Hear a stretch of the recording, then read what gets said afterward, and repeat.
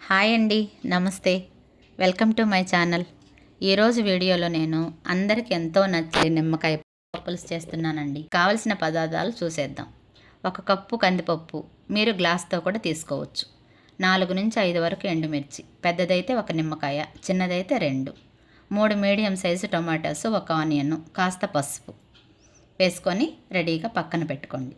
ఇప్పుడు కుక్కర్లో కందిపప్పుని కుక్కర్లో వేసి ఒకసారి 2 సార్లు కడుక్కోండి.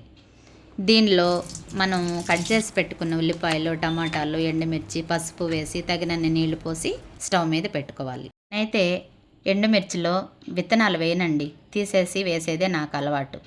టమాటాల్లో కూడా నేను విత్తనాలు వేయనండి, వాటి వల్ల యూజ్ లేదు కదా, ఏంటో ఫస్ట్ నుంచి అలాగా అలవాటండి. ఇలా కట్ చేసి నేను పెట్టుకున్నాను. 4 to 5 విజిల్స్ రావాలండి. ఈ విజిల్స్ వచ్చేదానికి కాస్త టైం పడుతుంది కదండి. ఈ లోపల పోపుకు రెడీ చేసేసుకున్నాం. స్టవ్ మీద బాండి పెట్టి కాస్త నూనె వేసి ఆవాలు, ఉల్లిపాయలు, కరివేపాకు, ఇష్టమైతే కొంచెం కొత్తిమీర, జీలకర్ర, కొంచెం ఇంగువ. నేను తీసుకున్న మిర్చి అయితే కారం లేవండి, అందుకని నేను పోపులో కూడా వేశాను. మీ ఆప్షనల్ అండి, మీకు కారం తక్కువ కావాలంటే వేసుకోవద్దు, కావాలంటే వేసుకోండి, అది ఏదైనా మన ఇష్టమే. పోపు రెడీ అయిపోయింది కదండి. ఇప్పుడు విజిల్స్ కూడా వచ్చేసాయండి. ఇప్పుడు మూత తీసి నీళ్లు వేరే పాత్రలోకి వంపుకొని రుచికి సరిపడా ఉప్పు వేసుకొని బాగా వెనుపుకోవాలండి.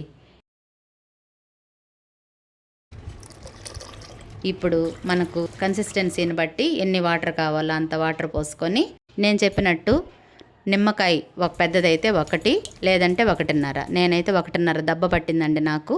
అది వేసుకొని బాగా కలుపుకొని స్టవ్ మీద పెట్టి బాగా తెల్లనివ్వాలి. ఇప్పుడు రెడీ అయిన పోపుని దాంట్లో పోసుకోవాలి. చూడండి, కమ్మగా గుమ్మగుమ్మలాడి నిమ్మకాయ పప్పు నా స్టైల్లో రెడీ అయిపోయిందండి. ఇంకెందుకు ఆలస్యం, very easy and tasty recipe. మీరు ట్రై చేసి ఎలా ఉందో కామెంట్ బాక్స్లో కామెంట్ చేయండి. ఇది వేడి వేడి అన్నంలోకి కాస్త నెయ్యి వేసుకొని కలుపుకొని తింటే చాలా టేస్టీగా ఉంటుందండి. ఏదైనా నంచుకోవడానికి చాలా బాగుంటుందండి. Thanks for watching. Please subscribe my channel.